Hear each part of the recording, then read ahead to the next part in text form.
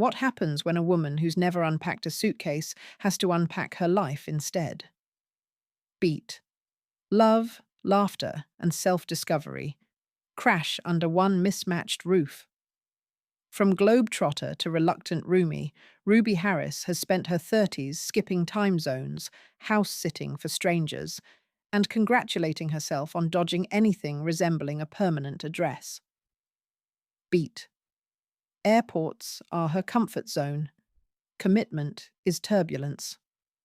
But when her childhood best friend, Lorna, announces a whirlwind wedding back in Yorkshire, Ruby trades boarding passes for bridesmaid duties. Returning home means facing a flatlining bank account and a mother who's turned her old bedroom into a yoga studio. Emphasis: homeless. Ruby needs a crash pad. Fast. Enter Jamie Sterling, the boy who teased her in science class and grew into a broody property developer with a spare room and a strict no pets, no mess policy. Their first adult encounter, the classic meet awkward, involves Ruby tripping over his designer shoes, smashing an heirloom vase, and apologizing with supermarket flowers. Beat. This section follows Ruby's internal turbulence, the humiliating return under her parents' questioning gaze, the jolt of realizing everyone else seems settled, and the reluctant bargain she strikes with Jamie. She can stay rent-free if she helps stage his soulless townhouse for an upcoming magazine feature. Through witty banter and clashing playlists, Portia MacIntosh sets up the central tension. Can two opposites coexist without collateral emotional damage? Ruby's Rolling Stone philosophy begins to wobble as she pins vision board quotes to Jamie's blank walls, secretly wondering if they echo a blueprint for her own future. Shared spaces, shared secrets. Living together turns out to be a masterclass in personal boundaries. Ruby, who thinks nothing of eating cereal for dinner, confronts Jamie's color-coded meal prep containers. He, in turn, learns that her definition of an alarm clock is a jet-lagged internal geography. Beat. The comedic friction opens a door to deeper revelations. During a midnight power outage, they confess their scars by torchlight.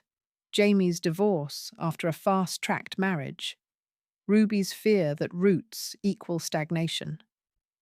MacIntosh threads humour with tenderness, using the apartment as a microcosm for vulnerability. Every shared coffee mug symbolises a crack in their emotional armour. Emphasis: connection blooms over IKEA furniture assembly, escalating when Jamie volunteers to be Ruby's +1 at the bachelorette party to deflect the smug, coupled-up crowd. Amid champagne toasts and karaoke disasters, Ruby sees a version of herself that longs to duet instead of solo. Key plot points in this section include Ruby stumbling across Jamie's unopened divorce papers, a symbol of his unresolved past, and Jamie discovering Ruby's scrapbook of stamped boarding passes, proof of her perpetual flight response. The narrative explores whether love can be the layover that convinces a traveller to miss the next plane. Wedding week chaos and old ghosts. As Lorna's big day approaches, Portia MacIntosh amps the stakes. Beat. Ruby is tasked with organising a retro hen weekend in a seaside town where slot machines war with seagulls for noise rights. Jamie tags along as designated driver, only to collide, literally, with Ruby's ex, dashing photographer Leo Parker, who happens to be shooting the wedding. Leo's sudden interest in rekindling sparks forces Ruby to confront what she truly left behind. Throughout dress fittings and cake tastings, Jamie and Leo become narrative foils. Steady builder versus globe-trotting artist. Domesticity versus wanderlust. Ruby oscillates like a faulty compass, offering readers a resonant exploration of choice paralysis. Emphasis, identity, becomes the silent theme. Are we the sum of our adventures or the people we come home to? Drama peaks at the rehearsal dinner when a thunderstorm floods the marquee, leaving Ruby and Jamie stranded overnight in the venue's attic with only soaked linens for warmth. The intimacy of candlelit confession turns into a near kiss, interrupted by the frantic bridal party. This section captures the novel's rom-com DNA, mishaps that nudge characters toward honesty while gifting the audience belly laughs. The big decision: heart, home, or horizon. Wedding day dawns, and with it, the story's emotional crescendo. Ruby, in a vintage teal bridesmaid dress, finally reads Jamie's divorce decree and realizes he's officially free yet emotionally shackled. Beat. Simultaneously, an email pops onto her phone. A dream house-sitting gig in Bali, 6 months, beachside bungalow, all expenses paid. The ultimate test. At the ceremony, vows spoken by Lorna and her groom echo in Ruby's chest. She slips out to the garden, torn between Bali and the possibility of love. Jamie follows, tie askew, rain in his hair, and lays his feelings bare. Not a grand proposal, but an invitation to stay, to choose everyday moments over Instagram-worthy escapades. MacIntosh orchestrates a final hurdle.